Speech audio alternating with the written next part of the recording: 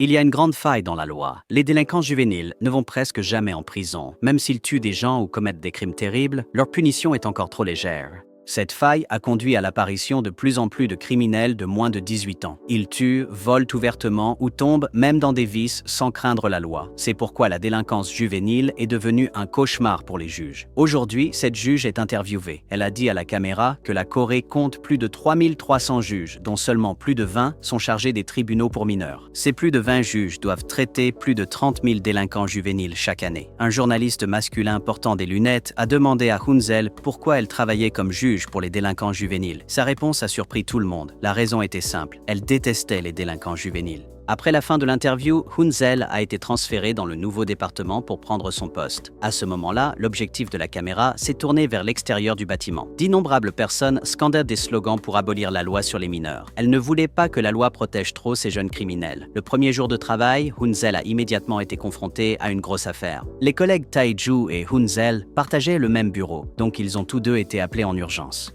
Le juge en chef Kang a enquêté sur les nouvelles de l'affaire. Un adolescent nommé Sung-woo avait accidentellement tué quelqu'un. Les détails de l'affaire étaient extrêmement tragiques, mais comme il n'avait pas encore 14 ans, il était protégé par la loi sur les mineurs.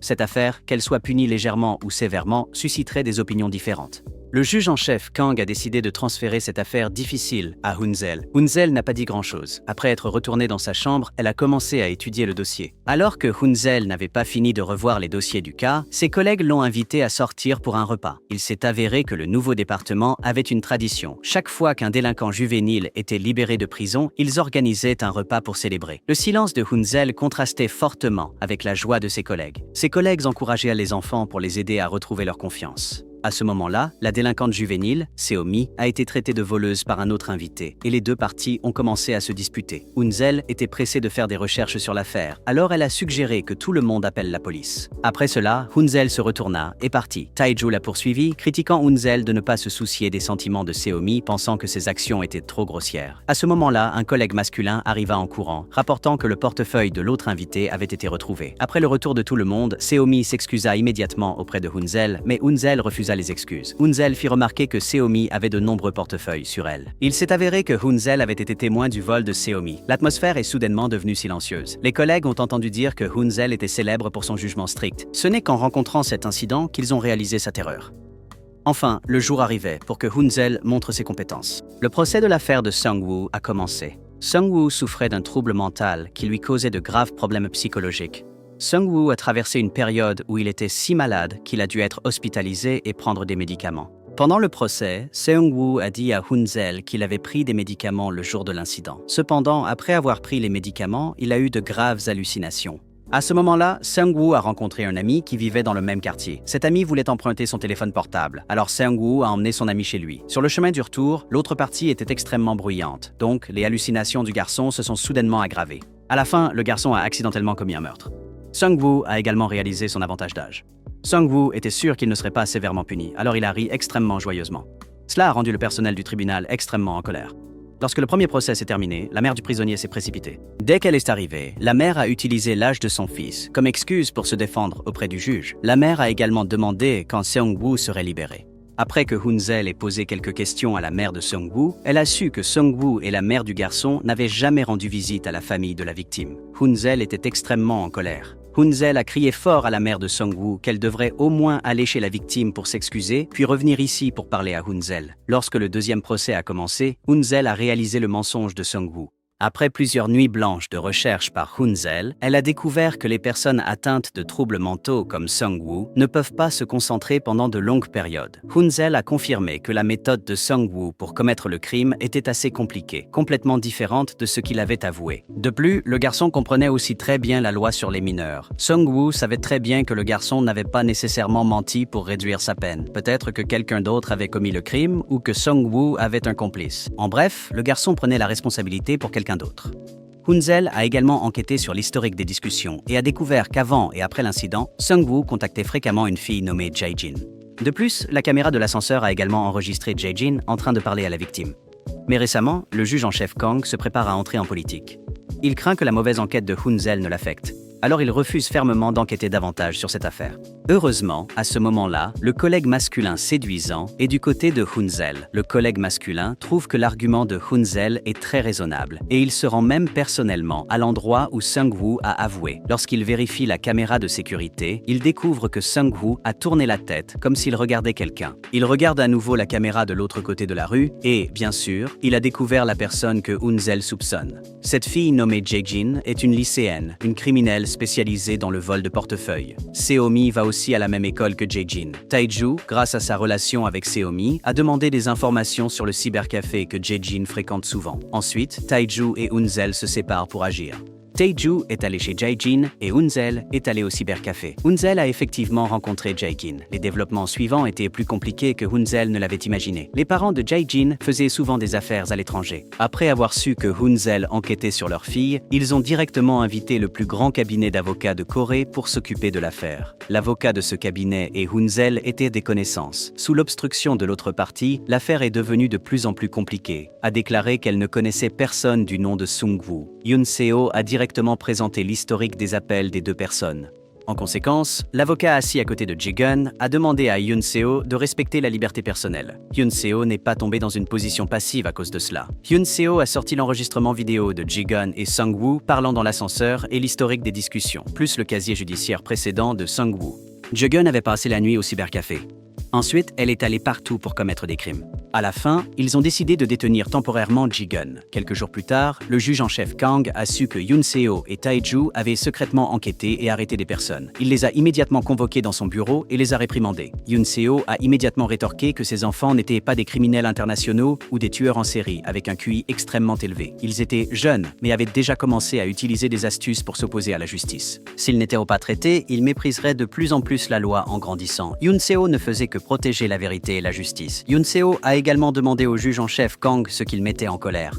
Le juge en chef Kang fut immédiatement réduit au silence par ces mots. Et finalement, il dut laisser Yoon Seo faire ce qu'elle voulait. Yoon Seo a ensuite enquêté sur le logiciel étranger que Sung-woo utilisait pour parler à Jae-gun. Yoon Seo a immédiatement dit à ses collègues de continuer à enquêter sur les activités des garçons sur ce logiciel. De l'autre côté, le beau Tae-ju a trouvé la mère de Sung-woo. Tae-ju a dit que le principal suspect pour le moment était Jae-gun. Tae-ju espérait que la mère du garçon pourrait convaincre son fils de dire la vérité afin que sa peine soit réduite. L'affaire venait d'avoir un peu d'espoir lorsque les avocats ont utilisé les médias pour attaquer Yoon Seo. Yoon Seo a parlé de la douleur de la famille du délinquant juvénile qui avait été jugé par Yoon Seo. Les gens ont critiqué la manière de travailler de Yoon Seo comme étant trop formelle. Ensuite, ils ont évoqué le cas de Jae-gun, critiquant Yoon Seo pour avoir enquêté trop profondément. Le juge en chef Kang s'est mis en colère en entendant la nouvelle. Il avait mal à la tête et a confié l'affaire à Tae-ju, et Yoon Seo est devenu son assistant. Mais heureusement, la dernière fois que Sung-woo est apparu au tribunal, il a également avoué sérieusement que le véritable coupable était Jae-gun. Le garçon a dit que lorsque Jae-gun a tué quelqu'un, il pensait que Jae-gun plaisantait. Face au témoignage de Sung-woo, Jae-gun a également avoué le meurtre. Mais Jae-gun n'a pas admis qu'elle avait prémédité le meurtre. Jae-gun a seulement dit qu'elle avait tué quelqu'un en perdant le contrôle.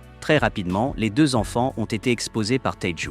Selon les informations dont ils ont parlé sur l'application avant et après l'incident, ils se sont concentrés uniquement sur le problème de la caméra et la victime ne savait pas s'il était vivant ou mort. Évidemment, c'était un meurtre qui avait été préparé à l'avance. À ce moment-là, les avocats seniors invités par les parents de Jae-gun ont commencé à s'exprimer. Ils ont trouvé un psychologue pour examiner Jae-gun. Le médecin a déterminé que Jae-gun souffrait de dépression et d'oubli. Cette maladie faisait penser à Jae-gun que les actions involontaires des autres lui feraient du mal. Alors elle a eu l'idée de riposter. Yoon Seo ne voulait pas rester les bras croisés et laisser cette fille simuler une maladie pour échapper à la punition. Yoon Seo a commencé à séparer les deux criminels parce que leurs âges n'étaient pas si éloignés. Ce stratagème était extrêmement efficace. Les deux enfants ont commencé à se critiquer. Ils se sont disputés si fort qu'ils ne pouvaient pas se réconcilier. Enfin, les crimes étaient clairs. Sous les conseils des juges en chef Kang et Yoon Seo, le tribunal a prononcé une peine sévère. Jae-gun a été condamné à 20 ans de prison et Sung-woo à 2 ans de prison. Cette affaire venait de se terminer lorsque Yoon Seo et Tae-ju ont reçu une nouvelle affaire. Tae-ju avait précédemment été en charge d'une délinquante juvénile qui avait commis un vol, une fille nommée Ji-won. Ce soir-là, Ji-won est allée au tribunal pour trouver Tae-ju. Mais à sa grande surprise, elle a vu Yoon Seo. Ji-won s'est soudainement évanouie par terre. Yoon Seo a rapidement emmené Ji-won à l'hôpital. Yoon Seo a réalisé que Ji-won avait de nombreuses blessures sur le corps. Mais peu importe ce que Yoon Seo demandait, la fille refusait de parler. Yoon Seo n'avait pas l'intention d'abandonner. Elle a commencé à enquêter sur la relation de Ji-won. Après avoir enquêté, Yoon Seo a découvert une chose. La personnalité violente du père de Ji-won était la cause de tout. Les proches de Ji-won lui ont conseillé de l'endurer pour freiner l'avancement de l'affaire. Hyun-seo n'a pas non plus déposé de plainte de la part de la victime. Ce type de cas de relation familiale est très difficile à résoudre. Enfin, Hyun-seo a pensé à une solution. Hyun-seo a décidé d'éloigner Ji-won de ses parents et de sa famille. Ensuite, elle a rassemblé des preuves pour mettre l'homme violent en prison. Tae-ju n'était pas d'accord avec la méthode de Hyun-seo. Il pensait que Ji-won n'avait pas commis de crime, donc elle ne pouvait pas être arrêtée. Tae-ju a critiqué Hyun-seo pour toujours utiliser des mesures trop sévères lorsqu'il s'agit de cas de mineurs. Hyun-seo a demandé à Tae-ju quelle est la raison de la tolérance spéciale de l'État envers les mineurs. Tae-ju a réfléchi un moment avant de lui répondre que le monde entier pouvait condamner les mineurs, mais que les seuls qui pouvaient les aider étaient eux. Hyun-seo a compris qu'ils étaient des personnes du système judiciaire. Les mots de Tae-ju ont profondément touché Hyun-seo. Mais cette fois, Hyun-seo voulait résoudre rapidement cette affaire. Alors elle a quand même décidé de faire à sa manière. Hyun-seo a dit à Ji-won que le but ultime de ce plan était de l'aider à ne pas avoir à traverser des jours de peur et que la personne coupable devait recevoir une punition appropriée. À la fin, sur la base du témoignage de Ji-won, plus la preuve de l'enregistrement de sa grand-mère, le père de Ji-won a été condamné et arrêté.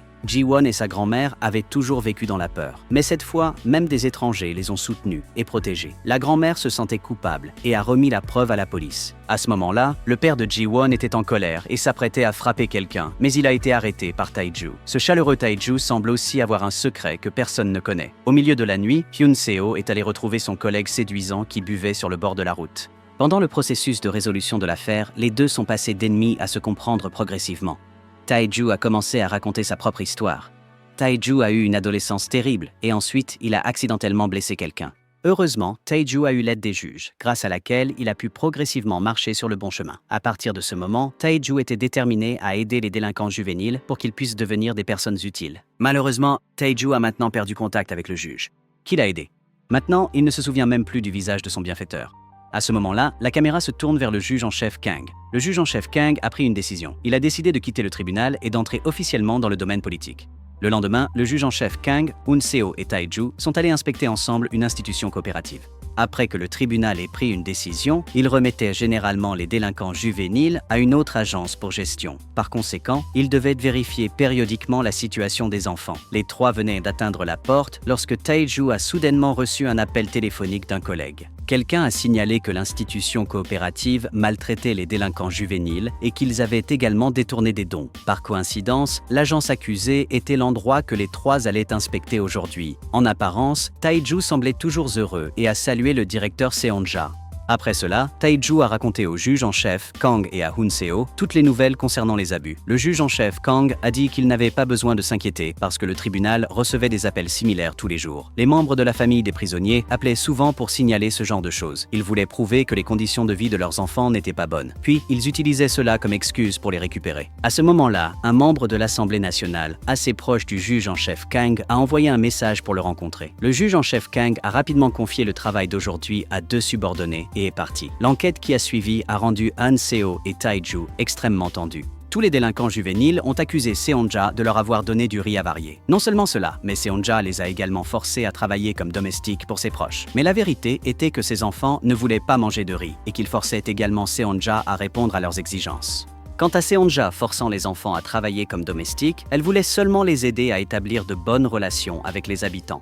Après tout, personne n'aime avoir un groupe d'enfants avec un casier judiciaire vivant près de chez eux. Mais Seon-ja n'est pas complètement innocente. Seon-ja a admis qu'elle a utilisé l'argent des dons à des fins personnelles. La nuit, Hyun-seo et Tae-ju sont retournés à l'hôpital. Une fille qui vivait près de la maison de Hyun-seo a récemment dû subir une opération. Ici, Hyun-seo a appris de nouvelles informations. Cette fille a été attaquée par un délinquant juvénile et a dû être hospitalisée. Elle a été aidée par l'argent donné par Seon-ja pour subir une opération d'urgence. Aux yeux de cette fille, Seon-ja était un ange. Après cela, Hyun-seo a décidé de retourner parler à Seon-ja. Mais quand elle est arrivée, elle a découvert que l'endroit était extrêmement en désordre. Seule la fille de Seon-ja était restée dans la maison. Hyun-seo a demandé et a découvert que Seon-ja s'était évanoui et avait été emmené à l'hôpital. Dans un accès de colère, Hyun-seo a chassé tous les délinquants juvéniles. La fille a dit avec ressentiment à Hyun-seo que parce que sa mère s'occupait de ces criminels, son père avait divorcé de sa mère. Elle et sa sœur cadette devaient toujours vivre dans une situation manquant d'amour de leurs parents. La fille a toujours voulu trouver un moyen pour que les délinquants juvéniles se blessent eux-mêmes.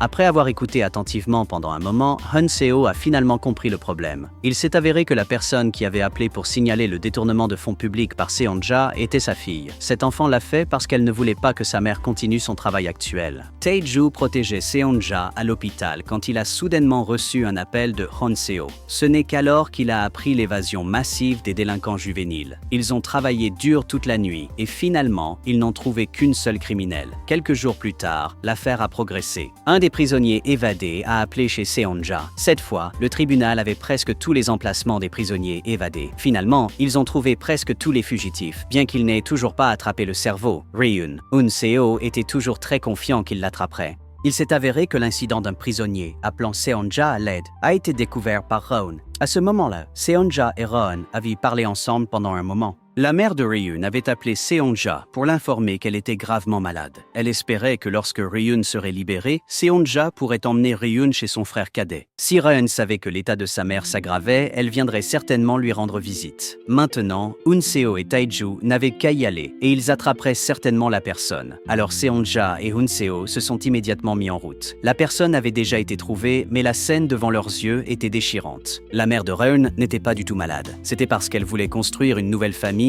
avec un autre homme qu'elle a menti pour se débarrasser de sa fille en prison. Finalement, ils ont trouvé tous les délinquants juvéniles. Sur le chemin du retour, Hun Seo et Seonja ont mentionné les principales raisons des crimes des enfants. Les erreurs des enfants sont liées aux adultes. Souvent, les enfants font exprès de mal agir pour attirer l'attention de leurs parents.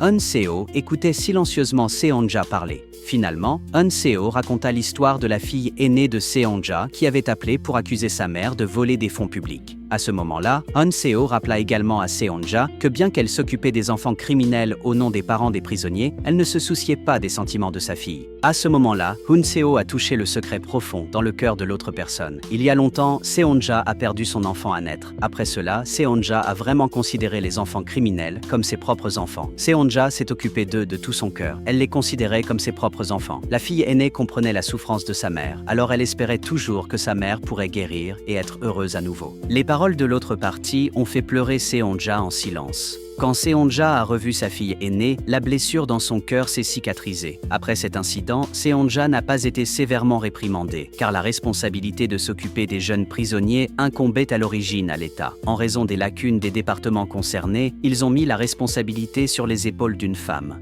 Ceux qui font du travail de gestion, comme Seonja l'a fait, n'en tirent aucun bénéfice. Après que Seonja a quitté son emploi, ils ont pu trouver quelqu'un d'autre pour la remplacer dans la gestion des enfants. Ensuite, Hun Seo a traité le cas des jeunes prisonniers s'échappant de prison. En même temps, Hun Seo a souligné que les parents des enfants devaient suivre un cours de parentalité. Ils devaient également assumer la responsabilité de s'occuper de leurs enfants, en particulier la mère de Ryun. C'est elle que Hun Seo a mentionné directement par son nom. Après la fin de l'affaire, le directeur est allé voir le juge en chef Kang pour parler d'un examen extrêmement difficile à faire. Le juge en chef a dû confirmer plusieurs fois que le juge en chef Kang n'avait rien à voir avec cette affaire. Puis, il s'est senti en sécurité en remettant le dossier de l'affaire au juge en chef Kang.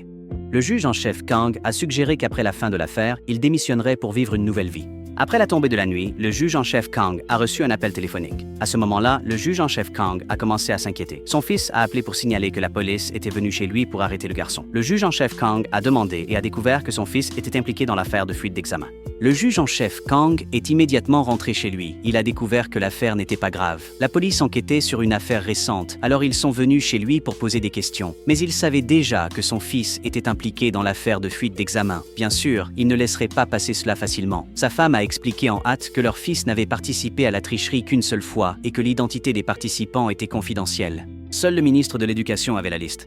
Le juge en chef Kang a immédiatement eu mal à la tête. Tout le monde prêtait attention à cette affaire. Si la sentence était légère, il serait seulement critiqué par le peuple. Mais si la sentence était lourde, le ministre de l'Éducation s'en souviendrait et trouverait un moyen de se venger.